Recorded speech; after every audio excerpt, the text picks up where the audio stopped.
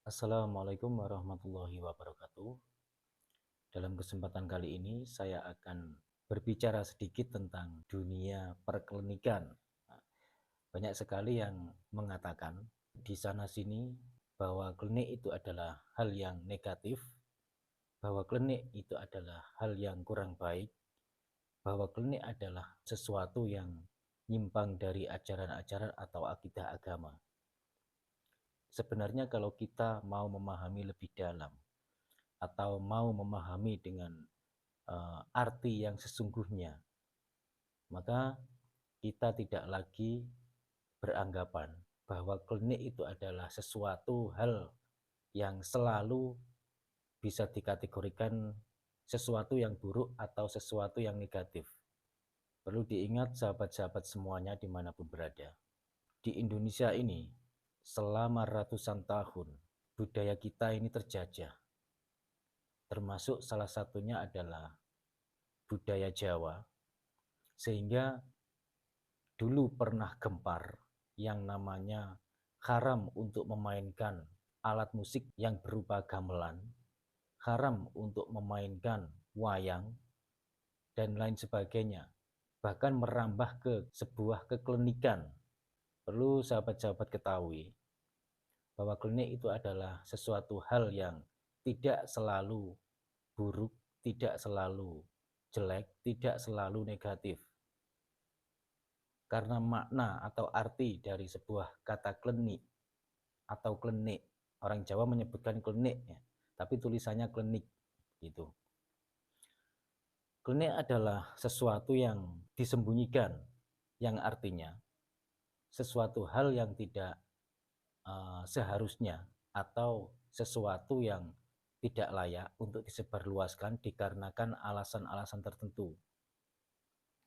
Mungkin karena itu adalah sesuatu hal yang uh, bersifat pribadi atau sesuatu hal, katakanlah sebuah keilmuan atau ajaran-ajaran tertentu yang hanya boleh dipelajari oleh orang-orang tertentu seperti orang-orang yang sudah mencapai taraf tingkatannya dan lain sebagainya. Sekali lagi, klinik adalah sesuatu yang disembunyikan atau bisa diartikan sebuah rahasia.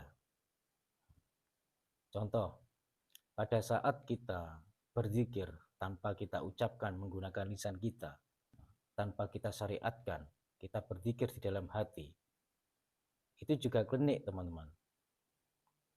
Di dalam bahasa Arab menyebutnya sirri, di dalam bahasa Indonesia menyebutkan rahasia.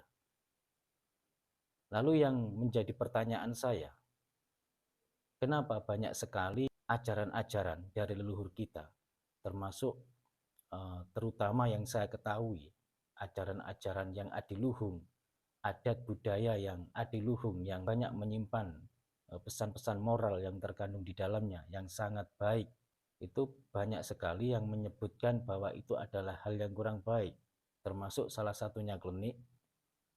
Dan dulu yang pernah gempar, ada berita yang pernah saya dengar bahwa wayang juga diharamkan, alat musik berupa gamelan juga diharamkan. Saya sendiri tidak tahu dasarnya apa, alasannya apa. Itu adalah warisan leluhur kita. Bahkan Kanjeng Sunan Kalijogo pun memakai wayang dalam mensiarkan agama Islam. Memakai gamelan juga. Pada saat kita mengatakan klinik atau mendengar kata-kata klinik, mayoritas kebanyakan yang tidak memahami klinik itu apa, menganggap bahwa itu adalah hal yang kurang baik, hal yang menyimpang dari ajaran agama. Padahal di agama pun juga ada klinik yang disebut dengan sirri dalam bahasa Arab. Kalau tidak mengerti sirri, oke, saya ganti dengan bahasa Indonesia, rahasia. Jadi jangan dikit-dikit memberikan fatwa haram, sementara tidak bisa memberikan alasannya yang kuat, alasannya yang tepat dari beberapa orang yang menganggap hal semacam itu kurang baik. Tidak bisa memberikan alasan yang kuat, tidak bisa memberikan alasan yang tepat, bahkan tidak tahu klenik itu apa. Klenik itu apa, artinya apa, itu tidak tahu. Tapi ngeklaim bahwa itu adalah hal yang haram. Kan aneh di situ. Nah, ini adalah yang disebut dengan akhir zaman juga, termasuk dunia sudah tua. Sesuatu yang baik menjadi tidak baik, sesuatu yang tidak baik menjadi baik, sehingga antara yang baik dan buruk semakin samar. Inilah dunia. Ini termasuk juga salah satu dari sekian banyak tanda-tanda akhir zaman.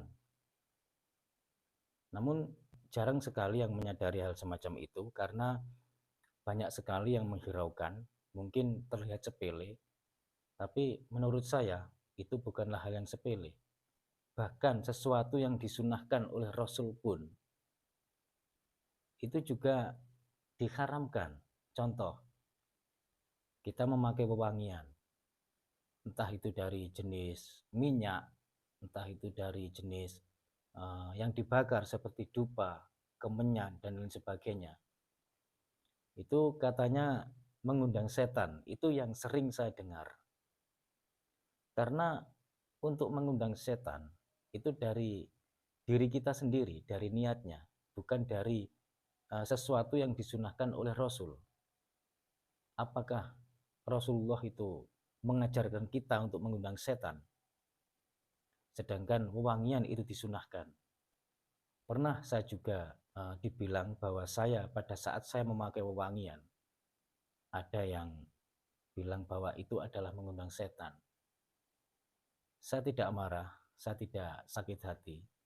Namun di dalam hati kecil saya, sebenarnya saya itu tertawa. Kok aneh, kok lucu. Padahal orangnya ini rajin ke masjid. Rajin ke masjid, sholat 5 waktunya tidak ketinggalan, tapi salah satu dari sekian banyak yang disunahkan oleh Rasul, itu dikambing hitamkan. Itu yang aneh. Ini saya tidak membicarakan siapa-siapa, ini hanya menceritakan pengalaman pribadi saya yang pernah saya hadapi atau yang pernah saya alami. Itu teman-teman. Ya baik, untuk perjumpaan kali ini cukup sampai di sini dulu. Saya mohon maaf bila ada salah kata, baik yang saya sengaja atau yang tidak saya sengaja. Wassalamualaikum warahmatullahi wabarakatuh. Rahayu, rahayu, rahayu. Salam budaya.